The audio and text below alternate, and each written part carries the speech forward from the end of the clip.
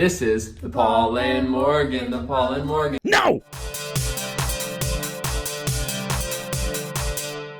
This video was brought to you by the wonderful people on screen here who support me over at Patreon. If you want to support this channel and what I do, then please check the link in the description or the link at the end of the video. Alrighty, I really didn't want to tackle Paul and Morgan again, that's usually more Mr. Atheist speed, but they are kinda trying to tell people how to have sex this time, and that's a bit messed up. But you know what isn't messed up? The fan art section. So first we have a Tom Suris from Bill Sy, then we have another Rule 63 Suris from Bumbling Bee, and then we have Dear Lord, what is that? A Rule 63 anthropomorphized Vaporeon Suris. I never thought I'd reach a time where my channel would be the weird part of YouTube, but here we are. As always, thank you guys for your fan art, and speaking of people who contribute to the channel, I wanted to talk about Patreon real quick. If you are a $20 or higher patron, your Patreon slides have all been updated, so please check the end of the video to see. Or just look to the right of me. I've kind of got them right here as well. I've been trying to figure out better ways to reward my patrons and celebrate the contributions that literally help me keep this channel up and floating. So with that, I hope you guys enjoy the new artwork on your patron slides. And with that said, let's go ahead and get into the video. Here's a good one. Was sex what you guys expected it to be? Okay, I'm gonna give credit where it's due. That joke actually wasn't cringy. That was actually thoroughly entertaining. I sincerely hope that says something for the rest of the video, but I have my doubts. So today's video, Christians answer your sex questions. We let you all know on our Instagrams that we were gonna make this video, so you all sent in a good amount of questions. Some are pretty zesty. You know what else is pretty zesty? That rumbling in the background. What is that? Do you guys, like, live next to a train? Morgan, are you ready? No! No, no, no, never again. Never make me hear that unholy abomination of a noise. Ever again. That's like if Alvin and the Chipmunks had sex with a squeaky toy, and then God looked at the severely violated squeaky toy and decided it needed life as compensation for the pain it went through. Please no. All right, our first question, and we're starting out with a big one. Does one of you want sex more than the other? How do you deal with that? So the answer is yes. I think it is yes. It may look different in different seasons. over the past 3 years, we've had to learn, and here's what we have kind of figured out. What we've figured out. There can be different strategies for everybody, but ours. Because of our different desires for sex, we have set up a somewhat of a schedule. We actually heard a pastor say that him and his wife have like a sex schedule because it can be kind of hurtful to one of the parties if they feel like they're always initiating it. It can be, but what about if one of the parties just doesn't want to have sex on that day? Do they still have sex? Does the schedule count as some kind of blanket consent that them's screwing ours? This doesn't seem like a horrible idea on the surface, but it also seems like it could lead to accidental non-consent down the road. But that's just one problem that I see. And the other person doesn't want as much. So coming up with kind of a routine, it might sound dumb or boring to some. We don't always stick to that, but it just helps us kind of find a groove. And it allows for our expectations to kind of not be too high, not be too low. And then, you know, if spontaneously we decide to do something else, then that's fine. Yes. I would say to people who are married right now, who are like, oh my goodness, we cannot figure this out. He wants sex way more than I do, or she wants sex way less than I do, or way more, whatever it is. Okay, I'm gonna go ahead and put a pin in this right now because there's something that really needs to be said about what's going on. All of these issues with sex, these are things that you usually find out within the first year of being together. Also, issues with sexual intercourse can be something that prevents people from being able to have a healthy relationship. Like for instance, if you're into heavy BDSM and your partner is about a vanilla bean. These can lead to you being largely unsatisfied and therefore being unable to actually enjoy sexual intercourse with your partner. And if you're monogamous, this can lead into a lot of problems. But these are all problems that can be addressed in the early stages of a relationship, and strategies can be developed. There's a reason why I advocate for people to explore these things before marriage, and that's because marriage is legally binding and can be incredibly messy if you realize that you and your partner are incompatible. If you do want to walk the road of getting married, please have sex with your partner beforehand, figure out if you two are sexually compatible, and if you aren't, develop a strategy going forward and see if you can stick with it. I'm a huge advocate for ironing out the kinks in your relationship relationship, both yes, that kind of kink, and no, not that kind of kink, before signing a piece of paper that legally binds you two together. If there's one aspect of Christian purity culture that's always been strange to me, it's the idea that the less responsible thing is to test the waters, and the more responsible thing is to dive headfirst into a legally binding pact that can have serious ramifications for the people involved. Sex is less of a big deal than marriage, because if two people have sex and they consent, the ramifications are nil as long as they're practicing safe sex and, nothing goes awry. But the ramifications of a marriage are long-lasting and impactful. So I guess that's just my gripe, coming from the whole purity culture thing that Paul and Morgan seem to advocate for. It paradoxically seems less responsible. Anywho, I jumped off on a tangent. Continue. It's like, just sit down, and if you have to make a little bit of a schedule, just so you know, like, okay, I can expect Monday, Wednesday, Friday, I'm gonna have sex, and I just need to prepare my mind for that. You'll be good to go. Yep. And again, here's where I think that this could lead into some problems. The I'm gonna have sex today and I need to prepare my mind for this seems almost like a way of convincing yourself that you want to, even if it's on a day that you don't. All right, next question. Why wouldn't you decide to have sex when you guys were engaged or just in love? We'll keep this answer shorter because we have hit on this.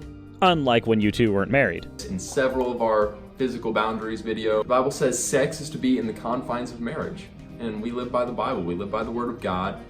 We're going to honor God with our bodies. And even though some might try to make a good excuse for why sex is totally okay to have just when you're in love with someone, we're going to wait. And the end result of that is that you had to make a sex schedule. But no, in all seriousness, I'm actually happy that you guys have managed a way to handle each other's different libidos. My problem, though, as many of these issues are, comes down to the fact that you are trying to convince others that this is a good idea. You guys did it. It seemed to work well for you. But given that I know that your stance on gay people isn't exactly the most positive, I mean, you flat out said that you wouldn't go to a gay person's wedding even if they were your best friend, I'd like to paint you a scenario. There's a person who is gay. They do not know they are gay yet, but they are. They will find out that they're gay when they have some experimentation. They never actually go through any of this experimentation process and instead do what their parents want them to do and get into a relationship with a girl and get married. Then they have sex for the first time and he realizes that something is horribly wrong. He didn't enjoy it like he thought he should, and over the next few years he starts to realize that his attraction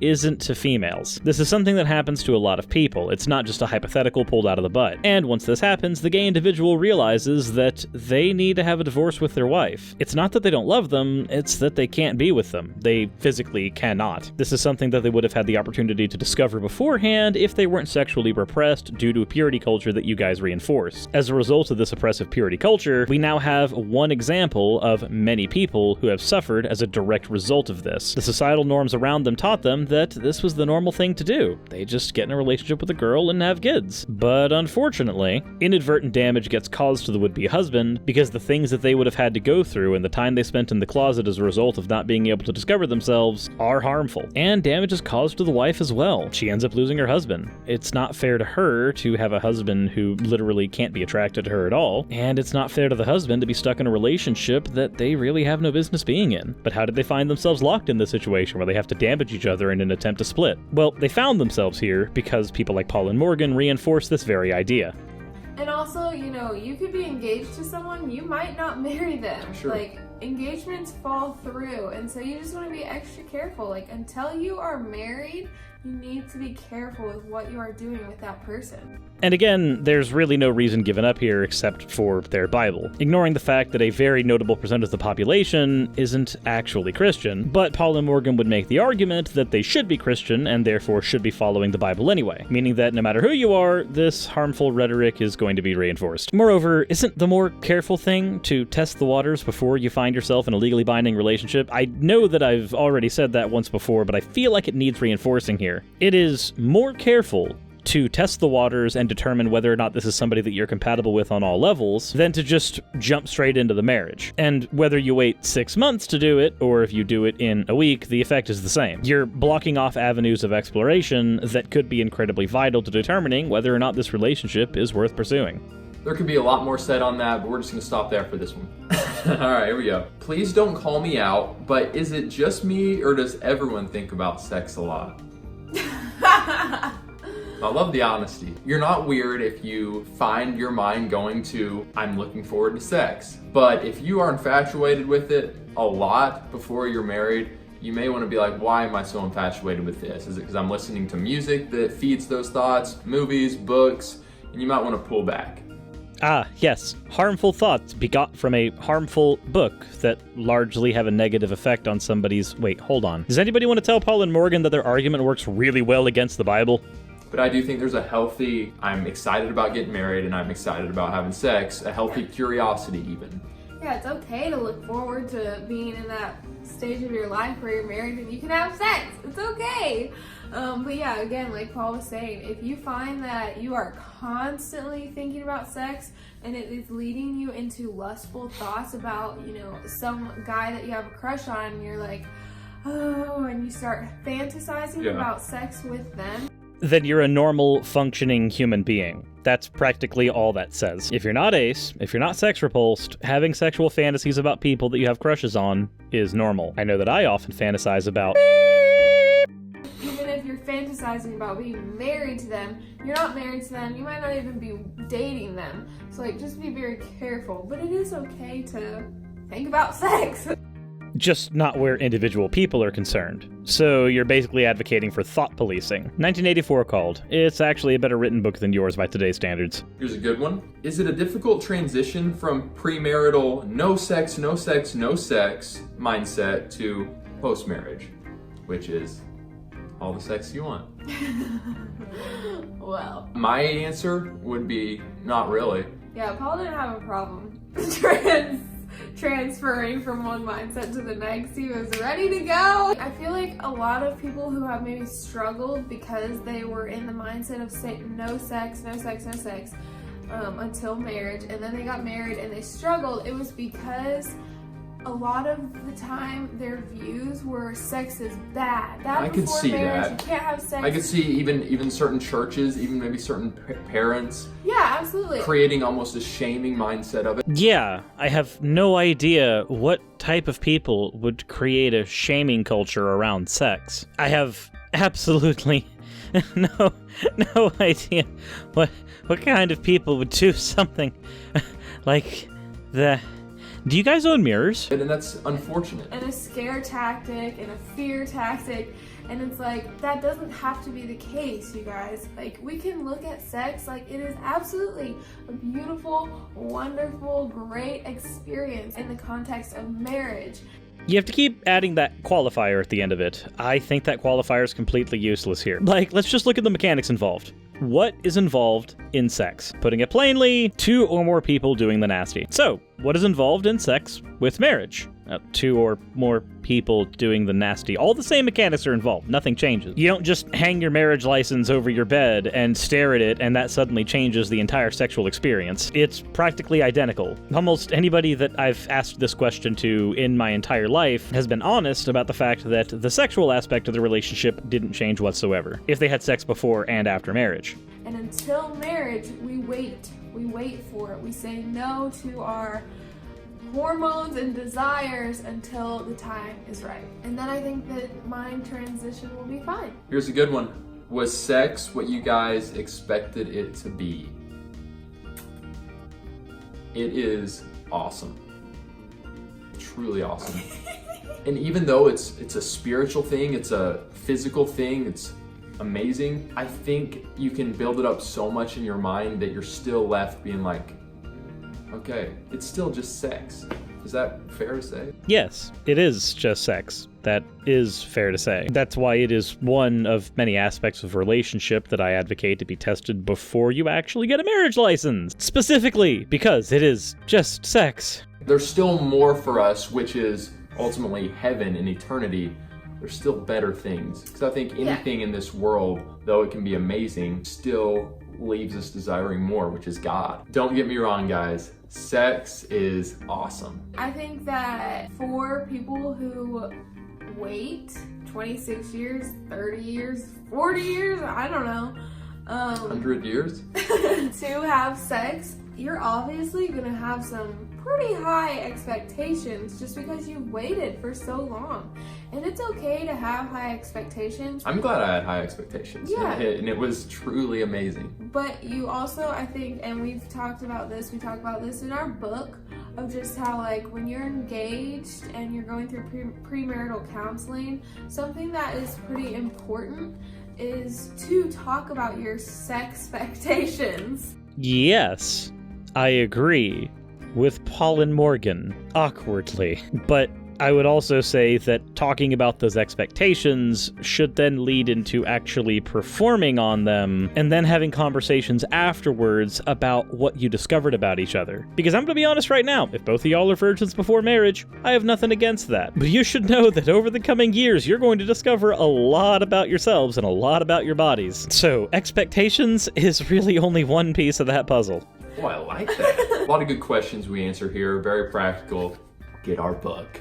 Oh, you want to plug merch? I'll plug merch. Go to the Teespring link in the description below. Grab merch. It helps me, it helps the artist. You get to have a Rule 63 Neko Suris on your chest. It's a win-win. Oh, and it doesn't come with terrible advice. Link is in the description. Yes, it is. Alright, next question is, do the clothes have to come off? Particularly for the girl.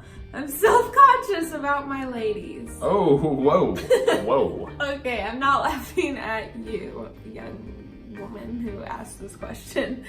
But no, they don't have to come off. Like, do what you want to do. I mean, obviously, I think that when you're married, you know, you have the rest of your life to figure your sex out and stuff. You might be uncomfortable with your body. Especially early on. Yeah, for sure, early on. I mean, it's a new experience, and so if you're a little bit uncomfortable, like, just voice that to your husband, to your wife, and, like, just work around that, you know? The issue that they seem to be dancing around so handedly is that there's other types of clothes you can wear during sex that are specifically made for sex. Types of clothes that I may or may not actually have an affiliate link in the description for. I really don't know how I feel about that. It was the first company to actually accept my application for an affiliate link. Anywho, that's awkward. They love you, and they're gonna want to make sure that you're comfortable and enjoying yourself too. I just want to say sex for each couple looks a little bit different. It's never gonna look the same. Don't stress, don't compare. Everyone's love life is a little bit different. Yes, it is. You can imagine what it's like to be in a polyamorous relationship. That's a very different looking love life, and that's totally not a joke made at my own expense. As long as God is in the center of it and he's leading you both, like... Oh, then you guys already know what it's like to be in a poly relationship. Congratulations on your triad! I sincerely hope that your third is a good communicator, though I'd imagine they'd complain about constantly being in the center. I mean, spit roasting's fun, but... And somehow I feel like that's not actually what you meant. Awkward. It's gonna be fine. Also, don't be afraid to reach out and get help if things just don't seem to be going super great in the bedroom. If you feel like there's some serious dysfunction that you need to work through. Yeah, serious dysfunction in the bedroom. I have no idea when you would possibly have an opportunity before legal ramifications are brought in to address those very serious issues. I haven't even the slightest clue when you guys would have it's before marriage. It's before you sign the paper that says that alimony has to be paid if one of you break up with the other. Stop giving bad advice, holy crap.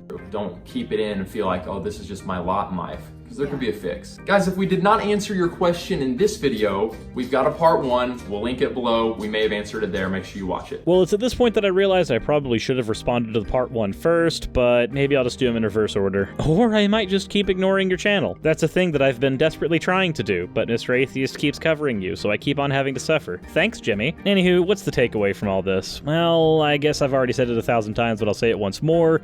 Paul and Morgan give really awful relationship advice, but that really goes without saying. That said, if you liked the video, please hit like, and if you haven't subscribed already, please do that, and also hit the bell icon. That way you can know whenever episodes come out the minute they do. Anyways, all the usual links are in the description down below. There's an affiliate link down there. I'm really not sure how much I'm going to try to advertise that one yet. Maybe I'll actually do an official announcement in my next video. Who knows? But with that said, I hope you guys enjoyed, and insert end of video tagline here.